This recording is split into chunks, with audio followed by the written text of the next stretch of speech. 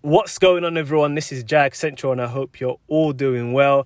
The Jacksonville Jaguars have made 9 signings, and it's finally official. I didn't really want to get too ahead of myself and make a video before this was all official. I could have made a video on day one, but I just thought, you know what, I'm just going to wait till Wednesday when all of this is official, and we've also made more signings, because I think on Monday we had only made 5 signings, and then we've made more signings yesterday and then some earlier today as well. Number one, I think the biggest thing that we can see from the Jacksonville Jaguars is that they haven't made any big splashes, which I think is a smart thing to do, because we could have easily just went to the route where we had 60 million in cap space, 7th highest in the NFL, and then we could have literally said, you know what, we're going to bring in high-priced free agents to fill those holes. But that's what we did last season, and it didn't really work out too well. Like, if we just look at Eric Armstead, we got him on an average in deal of 14.5 million, and then we also gave Gabe Davis 13 million a year as well. So you could just see that even though you might just go for the big free agents, give them a lot of money, it's not really going to work out. So the Jags basically have just looked at their needs, and also the needs that I looked at before the end of the season, or when the season ended and coming into the off season, where I said, you know what, we need the O-line. I think the O-line is something that I've talked about a lot over the past year and a bit. Tight end, of course, and then wide receiver, of course, after cutting a few wide receivers, and then also a DB as well, where we've signed 2 DBs instead of 1. But yeah, I kind of dig the way that the coaching staff have literally just targeted all of the holes that we need to fill, and just kind of said, you know what, we're going to fill them with a lot of role players. Only, I think, if we look at the 9 signings that we've made, I'm going to say 3 out of the 9 are potentially going to be starting, potentially 4, but we'll see how the rest of free agency goes, and also how the draft goes. As you already know, we already have 10 draft picks to further improve the roster, and we also have the 5th pick in the draft. So let's just basically look at the signees that the Jacksonville Jaguars have made. So we made 2 defensive back signings, Jourdan Lewis and Eric Murray. So Jourdan Lewis is from the Dallas Cowboys. He's 29 years old. He was drafted in the 3rd round of the 2017 NFL draft. And he's just been in Dallas ever since then. And he's been playing in the nickel position. And that's where we kind of expect him to play in Jacksonville. But we also have Darnell Savage and also Jaron Jones who play in that position as well. I was kind of surprised with this signing with Jourdan Lewis, because we have Jaron Jones. But the thing between Jourdan Lewis and Jaron Jones is that there's flexibility in terms of where they can play. So I kind of like that in terms of that thought process with the team. And then the other defensive back signing, which is Eric Murray, who's a safety. So I think this is a replacement for Andre Cisco, and he's 31 years old, and he's played for the Kansas City Chiefs from 2016 to 2018, the Cleveland Browns for 1 year in 2019, and then he played for the Texans in the last 4 seasons. So he's been kind of a solid player. So yeah, we probably expect him to start at safety for the Jags, depending on what the Jags do in the draft, where they might potentially draft a safety, and then maybe Murray might be a role player instead of a starter. Next is the offensive line. This is the one that has been the biggest gap and the worry for me for the past few seasons. So we've signed 3 offensive linemen.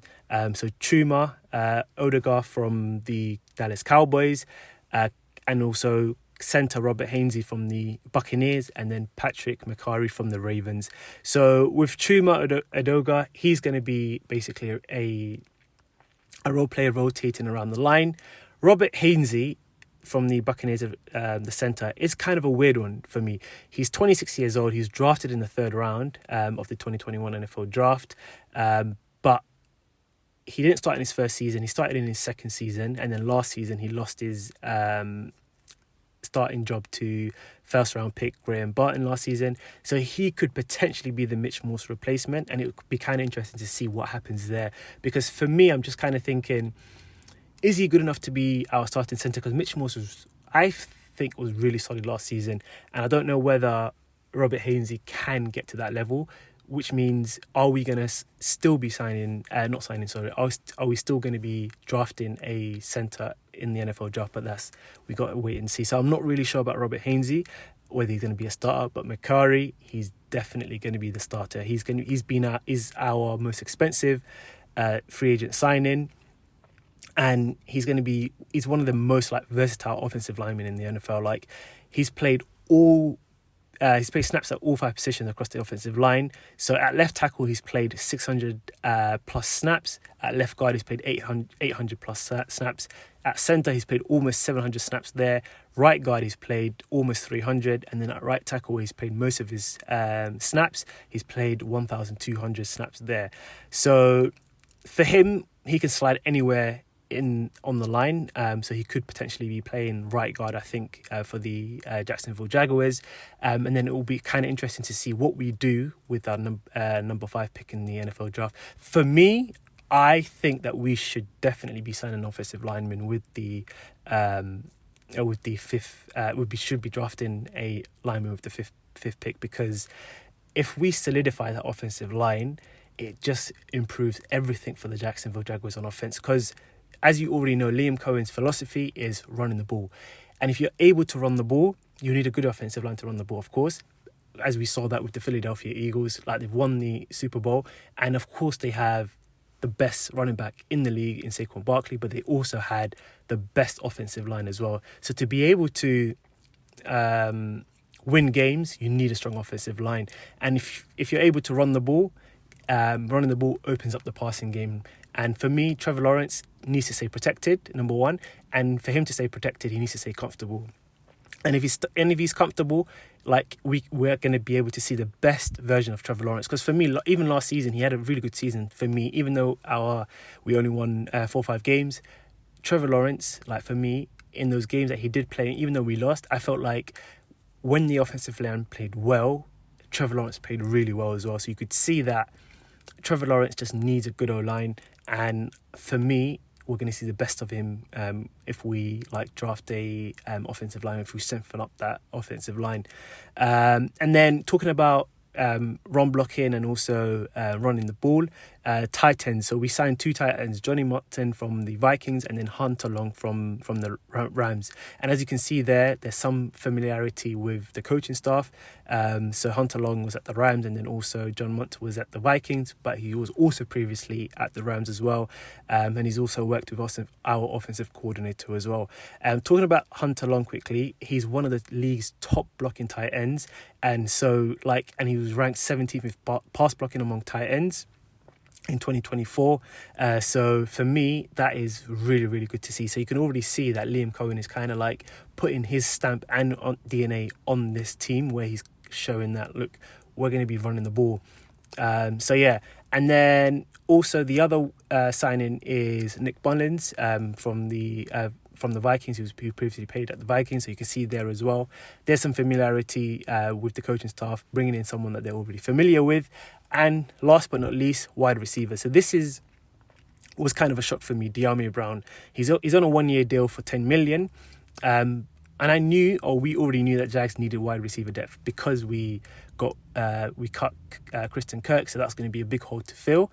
And my prediction, when I spoke about it in my last video, was that in the draft, that we would probably pick up a wide receiver, and then the other we'll get it via free agency or a trade, which I thought was going to be Cooper Kupp. Cooper Kupp, as of recording this video, he's been cut by the LA Rams, so he's technically a free agent now. And the Jags and the Green Bay Packers are basically the favourites. But currently we have Brian Thomas Jr., Gabe Davis, Dyami Brown and Parker Washington. And I was also expecting us to also draft a receiver as well. And on a team, they usually have 5 to 6 receivers on the team at one given time. Does this mean that there's going to be no Cooper Kupp or not? Not really sure. So we'll have to kind of wait and see what happens in the next week or so, whenever Cooper Kupp makes a decision on where he wants to go. Hopefully he does come to the Jacksonville Jaguars, because I really think like having an experienced player like Cooper Kupp, an offensive weapon in the slot, is going to be really, really huge for Trevor Lawrence, because he's lost his safety blankets in Evan Engram and also Christian Kirk. So being able to replace that with a player like Cooper Kupp will do Trevor Lawrence a whole world of good. Let me know what you guys think, because for me, I think these signings that the Jacksonville Jaguars have made have been amazing. Like, I was expecting some big splashes, because I thought, look, we have 60 million in cap space, we have the 7th highest in the NFL, so I was kind of expecting some big splashes, and I thought maybe the new regime are going to like try to stamp their authority and say, look, bam, we're going to make these signings. But I'm really, really happy that they've kind of thought to themselves, look, you know what, let's look at depth, let's fill in a lot of these voids that we're missing with a lot of role players, some starters, and then we'll address the rest in the draft. Like James Gladstone has been talking about in his press conferences, where it is basically building through the draft. So I really, really, really can't wait to see what we have in store in the draft as well. But this has been a really, really exciting free agency market for me. So yeah, I'll catch you guys in the next video.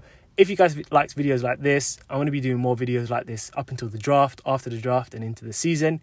Please consider subscribing, and don't forget to like as well, and also comment. It really, really, really helps with the algorithm, helps the video get more views, helps to get a bigger community for me, and I've been doing this for over a year now, so I just really want to get more subscribers and build a community here. So I really would appreciate if you guys would subscribe, like, and comment as well. So I'll catch you guys in the next video. Duval.